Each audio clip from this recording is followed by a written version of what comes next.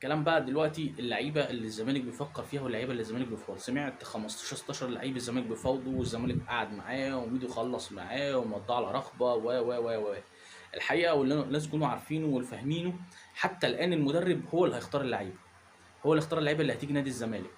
المدرب ما حددش لعيبه، المدرب حدد مراكز محتاجها في الزمالك. المدرب محتاج، عايز سيرد باك بيلعب برجله الشمال، عاوز باك شمال، عاوز باك يمين، عاوز لعيب بيلعب ستة وبيلعب تمانية، يا يجيبوا لاعب يلعب بالاثنين يا اما يجيبوا اتنين لعيب، واحد ستة وواحد تمانية، ومحتاج مهاجم.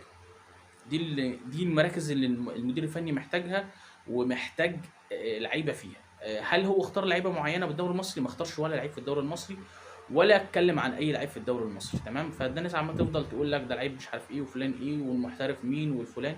فاللعيبه حتى الان المدرب لسه ما استقرش عليه، والزمالك مش هيبدا يتفاوض مع حد غير لما المدرب يكون عاوزه ومقتنع بيه.